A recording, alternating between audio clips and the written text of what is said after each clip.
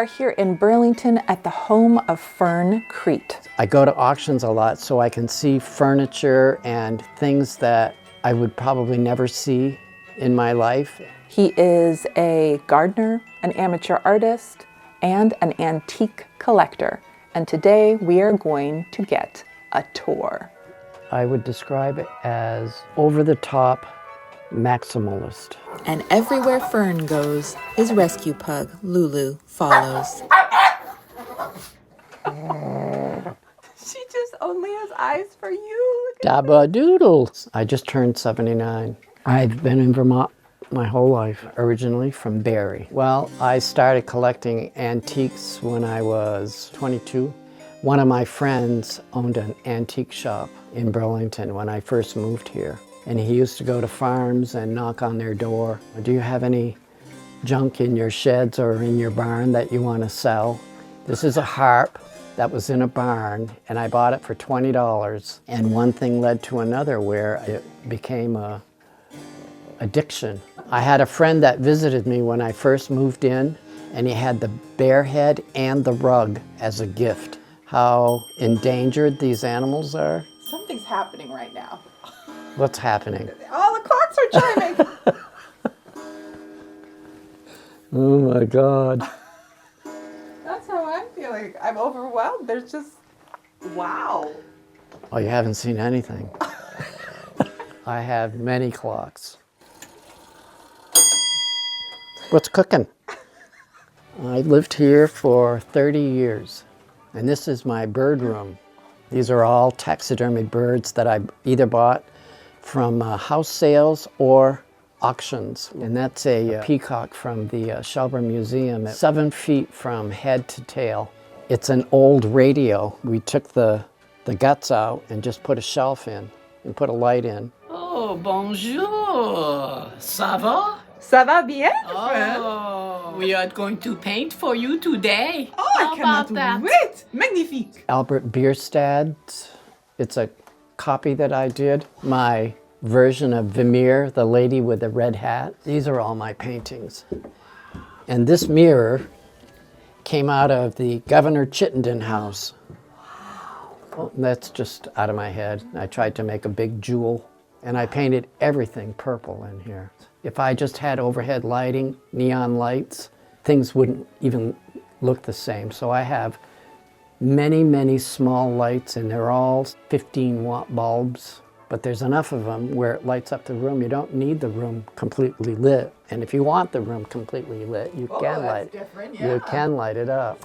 This is the tapestry room. It's very comfortable, you know, and it keeps my eyes busy. It's comforting for me. I don't know why. It's just my type of decorating. You know, I don't think I'd be comfortable with modern furniture. For me, that's too cold. Junk like that I have gives you a warm feeling. It's warm. And I have a lot of rugs everywhere and drapes. And when you warm up your house in the wintertime, everything that's in your house helps keep the heat inside. That's why they hung tapestries in castles everywhere. So your interior has echoes of a French chateau, and it was in some ways inspired by your time in Europe, which was, when did you go to Europe? In the 80s. I didn't know there was a whole gay civilization out there. I was in Barre, you know. I was picked on in school all through graded school and high school because, you know, my mannerisms and my high voice and my joking around, because I'm really holding back as far as jokes with you today. Oh, you don't have to. I can't think. I'm so nervous. I don't know what to think. I moved to Burlington. I was one of 2 male nurses when I first started off. I've been out of the closet for years and years and years. I'm really proud of it, and I had a very enjoyable life. For gay people, it was a very different time, you know. You just had to be really careful, and especially in Vermont, you know, still a lot of rednecks around. And disco just came out, so it was all dancing and partying and all that other stuff that went with it. I drank a lot. in those days, but I've been sober for like 35 years. Gave up smoking at the same time. That's why I'm still alive today. Fern's gardens are a startling contrast to the busy inside. They are calm, green, and peaceful. That's what gardens are all about.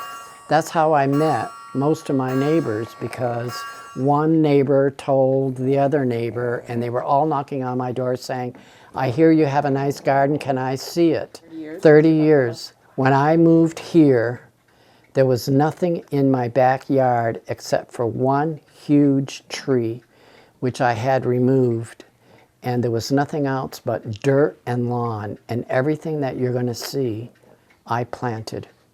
And I maintained the whole garden myself, and it's pesticide free. I think that's what keeps me healthy, because I'm always on the move. I collected all the rocks from the woods, all the different varieties of ferns from the woods, a lot of the plants from the woods. Everything came out of Vermont's nature. It's called green garden because it's mainly all green. There's not a lot of color in here. This fountain I made out of sewer pipe, and it's 3 sections of cement sewer pipe. Red Japanese maple used to be one of my bonsais. Oh, and some of the artwork, like this piece and other pieces, are done by Kirk Williams. It's a white bleeding heart. Some things are in bloom.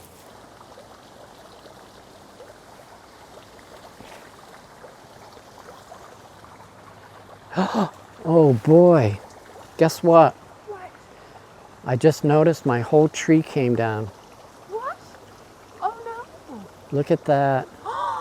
That was, Oh no. see that? Yes. That's my climbing hydrangea. They get this big.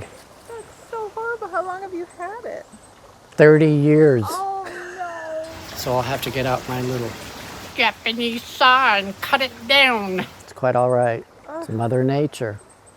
Brings all my anxiety and frustration when I'm out here. All the live things that are living out here that enjoy it. And it's real comforting for me. So that brings your craziness, your stinking thinking right out of your mind. It's a good life. I've had a good life. Thank you, Fern, for the amazing tour, and we will get stuck in Vermont with you again real soon. Check out this polar bear. You can't see the dust because there's too much to look at. That's what I was going to ask you. Do you dust? Are you a duster? I have every tool imaginable to go under, to everywhere. How often are you dusting in here? About once a week.